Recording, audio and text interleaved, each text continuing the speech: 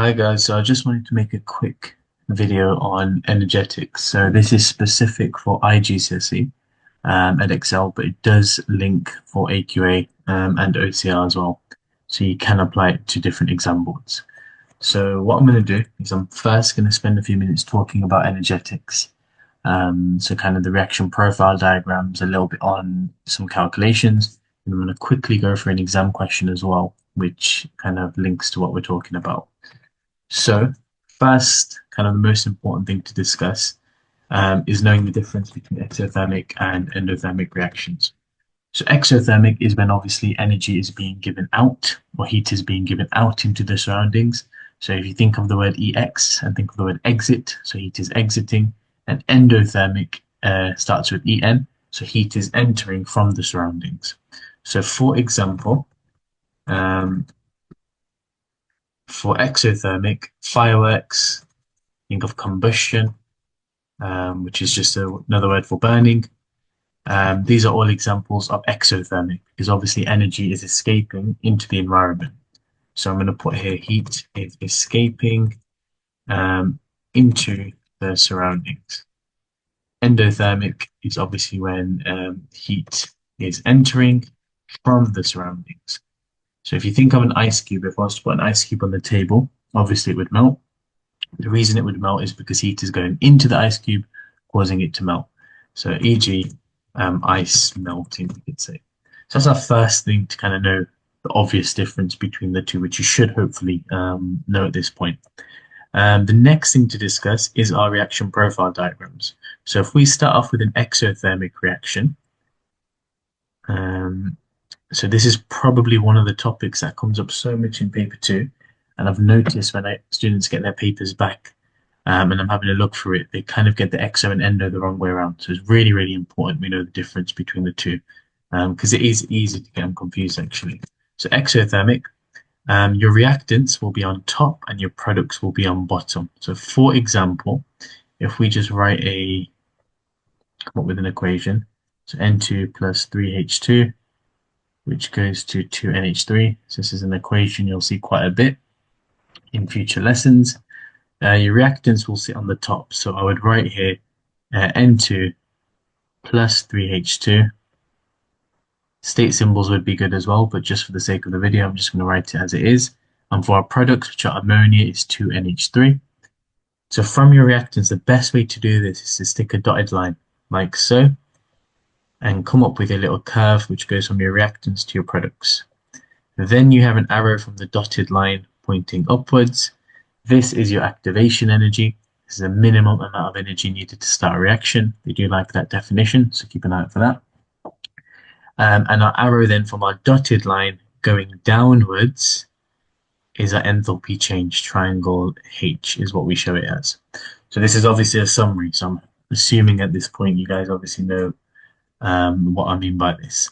So it's basically the change in heat energy. So energy levels are going down. Now, people usually get this confused and they think, oh, exothermic is when heat is being released, so the arrow should be going up. But obviously, the heat is escaping, it's leaving, it's going out. So actually, the energy levels are less because all that heat has gone, it's escaped. That's why your products have less energy than your reactants. Now, what they do like to ask here is a question which basically asks you to add on an arrow with a catalyst.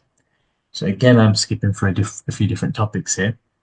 But if you remember, catalysts, they increase the rate of reaction by lowering the activation energy, therefore making the reaction happen more quickly. So as a result, it wouldn't look like this because that would be a really high activation energy. Because they lower the activation energy, you would simply just draw a curve underneath like that. And then your arrow for activation energy is obviously much shorter, which makes sense because it lowers the activation energy. How it does that is it provides another pathway. So a catalyst, if I just write this here, it increases the rate of reaction by lowering the activation energy by providing an alternative, shorter pathway. So if you think of there's two destinations, there's two routes you can take. You've got one really long route and one that's much quicker. A catalyst will obviously pick the quicker way. and therefore lowering the activation energy. Because remember, activation energy is um, the minimum amount of energy needed to start a reaction. Okay, so we want it to be as low as possible, well, the catalyst wants it to be as low as possible. So this is our reaction profile diagram for exothermic. I'm now going to do an endothermic one, and instead of doing the calculations, I'll do those on a separate video, just so this is like a quick, short summary that you can use in when you're revising, basically. So as I said, for IGCSE, but literally will link to any exam board at all. So if we now look at endothermic, we'll do this in a different color. So if I stick it down here, now reactants are going to be below and products are going to be above now, like this. So if I actually get rid of this equation, because I don't want to confuse you, and instead of writing an equation, in fact, we can write an equation. Photosynthesis is actually an endothermic reaction. So if you think about it, leaves, they will, the chloroplast, the chlorophyll inside the chloroplast, I know it's not a biology lesson, but it will take in sunlight from the, obviously the surroundings, therefore taking in heat. So you know what, we'll actually do this as a photosynthesis equation. So if I just get the pen, your reactants from photosynthesis are CO2 and H2O. And obviously there's a 6 in front of these, so a little bit of biology practice here. And you make C6H12O6 plus O2. O2's got a 6. Glucose, this is C6H12O6, that does not have a 6 in front of it. And the same thing again, reactants, draw your dotted line. Makes things a lot easier if you have a dotted line. You're going to have an arrow for the activation energy. Annoyingly, I've done this a bit too much to the right, but it doesn't matter. So it looks something like this. And then from my dotted line going up, here's my activation energy, a lot bigger than an exothermic reaction, if you notice, because the reactants are a lot further away from the top. So if I just stick a endothermic title here,